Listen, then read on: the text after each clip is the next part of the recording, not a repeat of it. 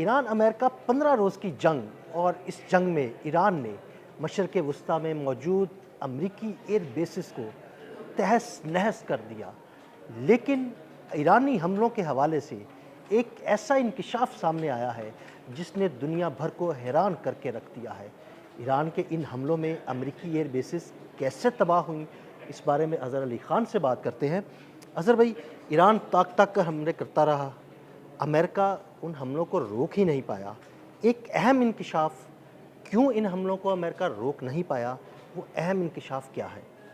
अमरीकी news outlet है, NBC उसका नाम है। NBC ने मिलिट्री सोर्सेज के ज़रिए मुख्तलिफ ऑफिशियल से बात करके उसने ये स्टोरी इस्टेब्लिश की है कि बहुत सारे ईरानी हमले जो एयर बेसिस पे हो रहे थे अमेरिका की, उनको रोका ही नहीं गया अमेरिका की जानिब से। कोई इंटरसेप्टर ही फायर नहीं किया गया। कुछ हमले ऐसे थे जिनको रोका जा सकता था, बहुत से हमले तो ऐसे थे जिनको नहीं रोका जा सकता था, लेकिन बहुत से हमले ऐसे भी थे जिनको रोका जा सकता था, जिनके लिए इंटरसेप्टर ज़मीन से फायर करना था उस बैलिस्टिक मिसाइल को तबाह करने के लिए, ड्रोन को तबाह करने के लिए, लेकिन वो जानबूझकर फायर ही नहीं किए गए। क्यों? और वो इसलिए फायर नहीं किए गए क्योंकि अमरीकी फ़ौज को इस वक्त धड़का लगा हुआ है कि उसके पास म्यूनिशंस ही नहीं है, उसके पास इंटरसेप्टर्स ही नहीं हैं, और चूँकि उनका स्टॉक ख़तरनाक हद तक गिर चुका है, इसलिए वो अपने एक एक मिसाइल को भी सोच समझ कर चला रहे हैं। और वो ये रिस्क ही नहीं ले सकते कि कोई बैलिस्टिक मिसाइल अगर उनकी तरफ आ रहा है तो वो यहाँ से इंटरसेप्टर फायर करें और वो उसको तबाह ना कर पाए, तो फिर एक इंटरसेप्टर भी ज़ाया हो गया, ये मिलना भी नहीं है 1 साल तक दोबारा वापस, और अगर हमने इसको ज़ाया कर दिया तो हमें ज़्यादा नुकसान होगा। तो उन्होंने सिर्फ उन जगहों को चूज़ करना शुरू कर दिया अहदाफ को। यानी उस स्टोरी के अंदर ये भी है NBC की स्टोरी में कि मिलिट्री के जो ऑफिसर्स वहाँ पे खड़े हुए थे, जो फ़ौजी वहाँ पे देख रहे थे चीज़ों को, उन्होंने इसको चूज़ करना शुरू कर दिया। पिक एंड चूज़ करके उन्होंने चीज़ की कि जो मिसाइल आ रहा है इसको तबाह करना है या नहीं करना।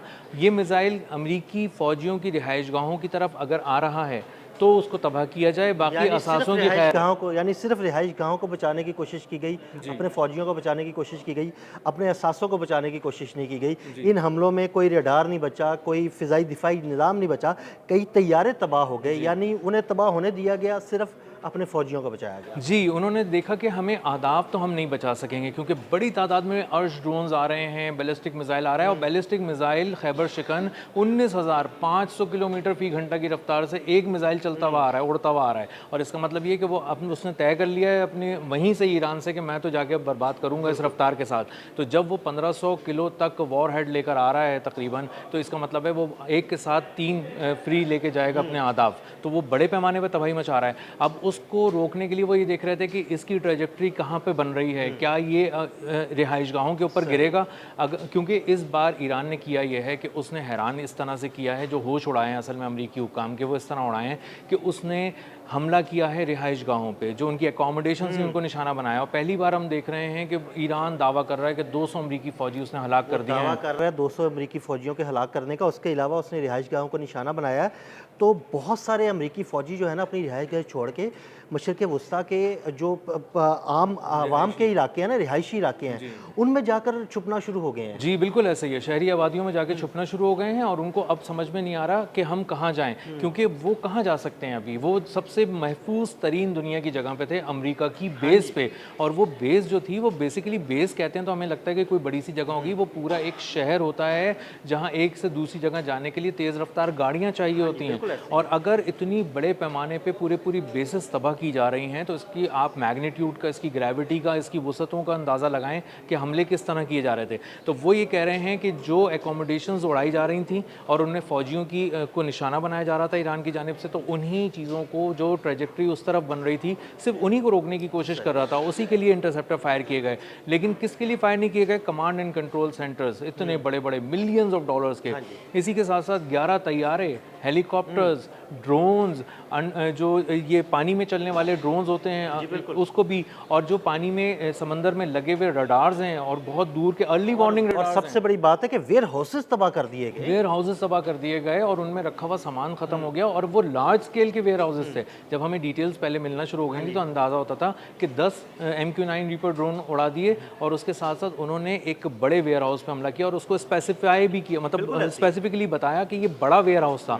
इसका मतलब कोई ये ना ले कि वहाँ पे कोई छोटे मोटे पेन पेंसिल वगैरह कुछ रखा हुआ था, वहाँ पे बड़े बड़े म्यूनिशंस रखे हुए थे, यानी असलहे का को पूरा एक गोला बारूद का पूरा एक गोदाम बहुत बड़ा डिपो था। जी, उसको तबाह कर दिया गया। इसका मतलब ये है कि जो कुछ अमेरिका के फ़ौजी असासों में लगे हुए इंटरसेप्टर्स थे वो तो गए सो गए, जो उन्होंने रखे हुए थे आगे इस्तेमाल करने के लिए ईरान के ख़िलाफ़ एक नई एपिसोड में, वो भी ख़त्म हो गए। और उसके बाद अंदाज़ा ये हुआ कि डोनाल्ड ट्रंप, JD वांस और general Dan Caine white house के एक बंद कमरे में बैठे, और ये स्टोरी है इंडोनेशिया, खुद US मीडिया भी इसको कोट कर रहा है कि उन्होंने बैठ के तहफ़्फ़ुज़ात का इजहार कर दिया JD वांस ने, और जनरल डैन केन ने कहा कि हुजूर अब आप हमले नहीं कर सकते ईरान पे, हम अपना असर खोते जा रहे हैं और हमारे असलहे, हमारा जो हम डिप्लीट कर चुके अपना स्टॉक्स, और जो हमारे पास म्यूनिशंस का, इंटरसेप्टर्स का, मिसाइलों का स्टॉक था, 1/3 रह गया है अब, एक अच्छा, तिहाई अगर मैं इसके खत्म कर बिल्कुल दिया। पैरेलल एक स्टोरी के देखें, इस स्टोरी से तो यही लगता है कि अमेरिका के पास अपने इंटरसेप्टर्स तकरीबन ख़त्म हो गए थे,